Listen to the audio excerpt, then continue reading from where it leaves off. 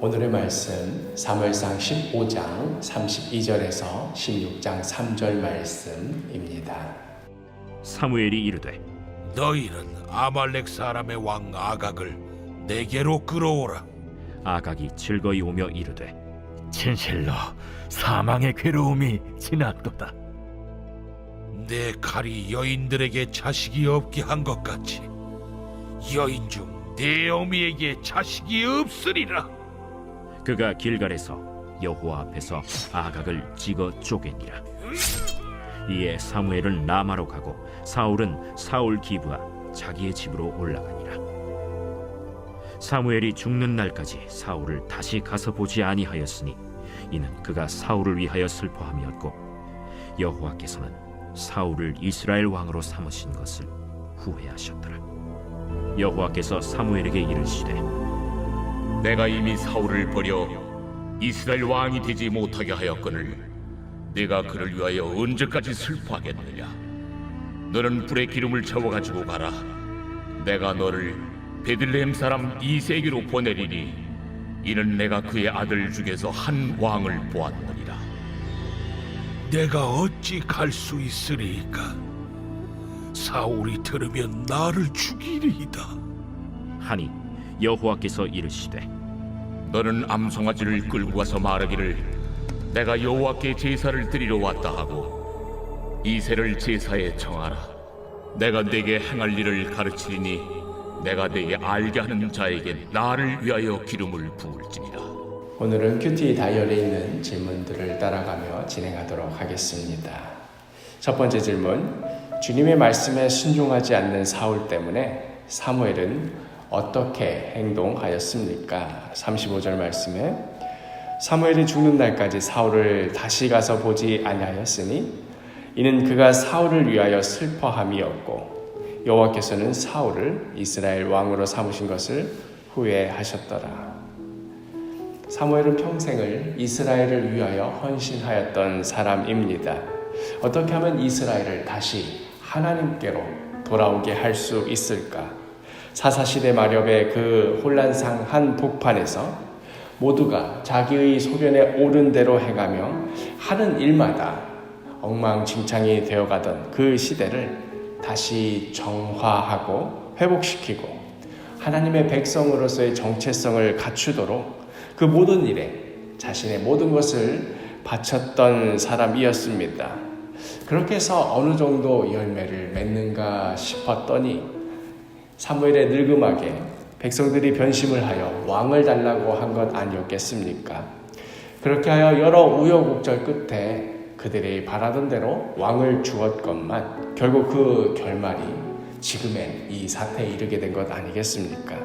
그리하여 사무엘은 사울로 인하여 슬퍼하며 이제 이스라엘의 장래가 어찌 될 것인가 심각하게 염려하지 않을 수 없었던 것입니다. 두 번째 질문, 괴로워하는 사무엘에게 하나님께서는 뭐라고 말씀하셨습니까? 16장 1절에 여호와께서 사무엘에게 이르시되 내가 이미 사울을 버려 이스라엘 왕이 되지 못하게 하였거늘 내가 그를 위하여 어째까지 슬퍼하겠느냐. 너는 뿔에 기름을 채워 가지고 가라.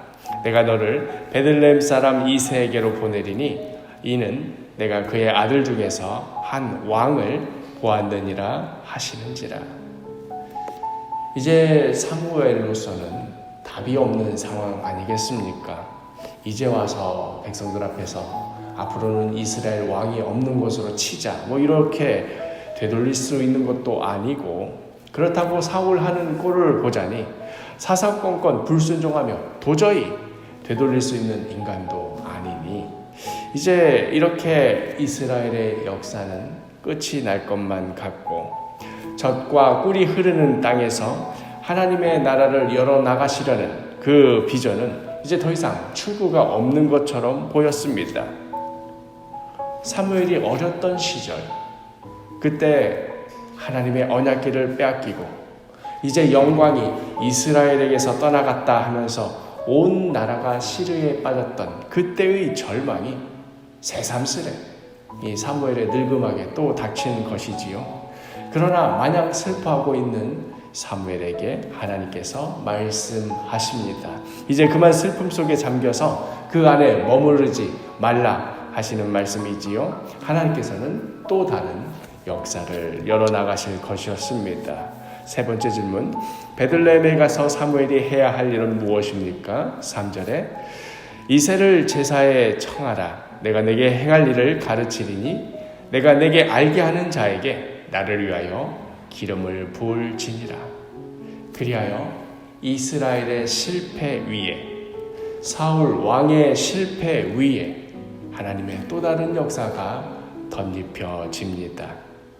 온 인류의 구원자이신 예수 그리스도께서 이 다윗의 계보, 이 이새의 아들의 계보를 통하여서 이 땅에 오실 것을 생각해 보노라면 시리에 빠져서 슬퍼하고 있던 사무엘이 베들레헴으로 향하는 이 발걸음이 사실 온 인류의 역사를 통해서 볼 때 얼마나 중요한 것이었겠습니까? 그러나 이 순간에 사무엘은 그런 줄 전혀 모르고 있었겠지요. 그저 이 다음의 역사를 이끌어 나아가시는 하나님을 신뢰하며 그저 주신 말씀에 순종할 뿐이었습니다. 마지막 질문, 인간의 실패에도 불구하고 그 다음의 일을 예비하고 계시는 하나님을 보며 무엇을 느낍니까? 왕 되시는 하나님을 버리고 눈에 보이는 왕을 달라고 하였던 이스라엘의 요구는 애초부터 잘못된 것이었습니다. 그럼에도 하나님께서는 사무엘을 통해 왕정 제도를 준비하게 하셨습니다. 여러 우여곡절이 있었지만 결국 이스라엘이 바라던 대로 사울을 왕으로 세워 주었습니다. 그러나 사울 왕 역시도 잘못된 길로 들어서서 하나님께 순종하지 못하였습니다.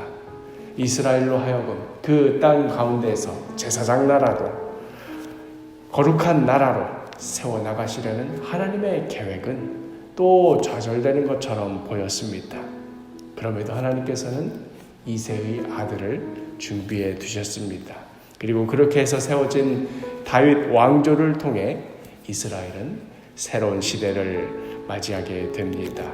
종국적으로는 그 다윗의 자손을 통하여 이 땅 가운데 예수 그리스도를 보내시지요.